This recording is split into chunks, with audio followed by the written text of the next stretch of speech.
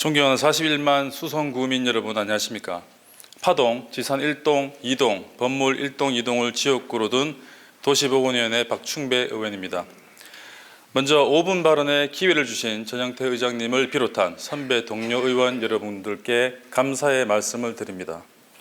아울러 제259회 제2차 정례회를 맞이하여 내실 있는 행정사무감사와 본 예산을 위해 힘쓰시고 이번 감사원이 실시한 2023년 자체감사 활동심사에서 30만 이상 기초자치단체 중 유일하게 성과 향상 최우수 기관으로 선정되심에 김대곤 구청장님을 비롯한 1170여 공무원 여러분들께도 격려와 축하의 말씀을 드립니다. 오늘 본 의원은 여성과 사회적 약자 및 스토킹 피해 예방을 위한 제안을 하기 위해 이 자리에 섰습니다. 여러분은 만일 아무도 없는 곳에서 위급 상황 시 내 몸을 지켜야 하는 상황이 찾아온다면 어떻게 하시겠습니까? 상대방의 의사에 반하여 정당한 이유 없이 상대방에게 불안한 또는 공포심을 일으키는 스토킹 처벌법에 나와 있는 스토킹 행위와 스토킹 범죄의 정의입니다. 특히 접근하기, 따라다니기, 진로 맡기, 일상적으로 생활하는 장소인 주거, 직장, 학교나 또는 그 부근에서 기다리기, 지켜보기는 스토킹 유형에서 가장 대표적으로 언급되는 사례입니다.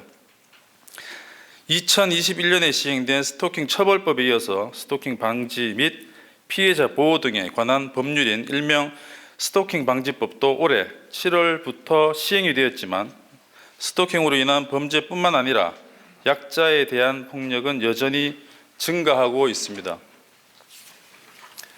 지난달 이혼한 배우자와 자녀 4명이 거주하는 집의 현관문을 두드리고 여러 차례 초인종을 누르면서 집 안으로 들어가 공포심을 불러일으킨 사건의 최종 대법원 선고도 나왔습니다. 스토킹 정도가 가볍더라도 수차례 반복하면 피해자의 불안감을 가중시키므로 처벌해야 한다는 대법원의 첫 판단이었습니다. 또한 최근 인천에서는 한 아파트에서 전 연인이자 직장 동기를 흉기로 살해한 사건이 보도되면서 전국적으로 스토킹의 무서움을 알리는 계기도 있었습니다. 뿐만 아니라 이제 스토킹 범죄는 일면식이 있는 가까운 사람 대상에서 점차 모르는 사람을 대상으로 한 범죄로도 확대되고 있는 추세입니다. 이에 따라 정부와 경찰청에서는 협조를 통해 추가 피해자를 막기 위해 적극적으로 대응 방법을 모색하고 있습니다. 스토킹 피해자의 신변 안전을 위해 긴급 주거 지원 사업을 운영하고 있으며 경찰청과 협업하여 긴급 주거 지원 시설 내에 112 비상벨, 가정용 폐쇄 회로를 설치하거나 휴대용 호신용품 등 안전 장비를 구축하고 있습니다.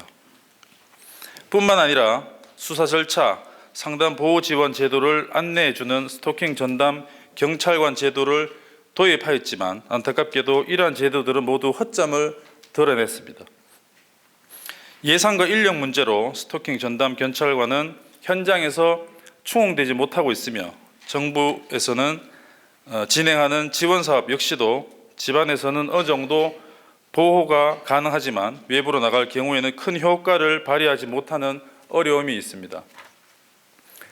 최근 서울시에서는 각종 범죄 우려 등 긴급 상황 시 경고음을 내 주변에 도움을 요청하고 경찰에 자동 신고토록 하는 휴대용 SOS 비상벨 지킴이 세트를 12월 말 중 1만여 명 시민에게 보급하기로 한다는 보도가 있었습니다.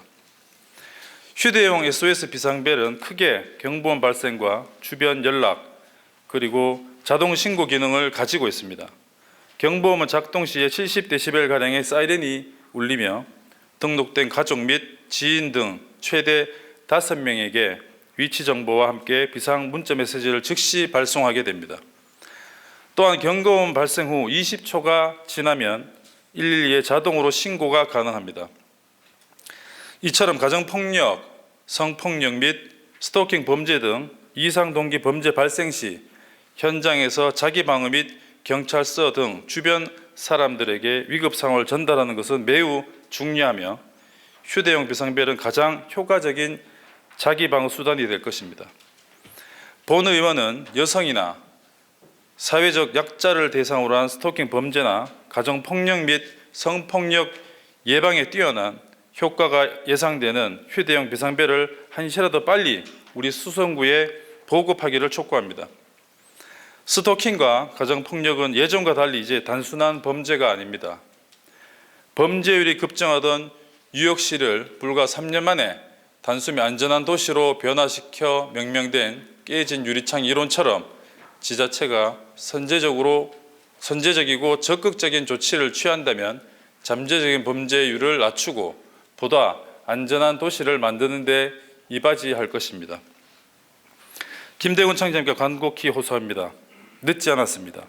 수성구에서 휴대용 비상벨 사업을 추진한다면 우리는 대구뿐만 아니라 전국 지자체 중 최초가 될 수 있을 것입니다. 뿐만 아니라 스토킹 범죄로 고통받는 피해자들에게는 한 줄기 희망이 될 것입니다.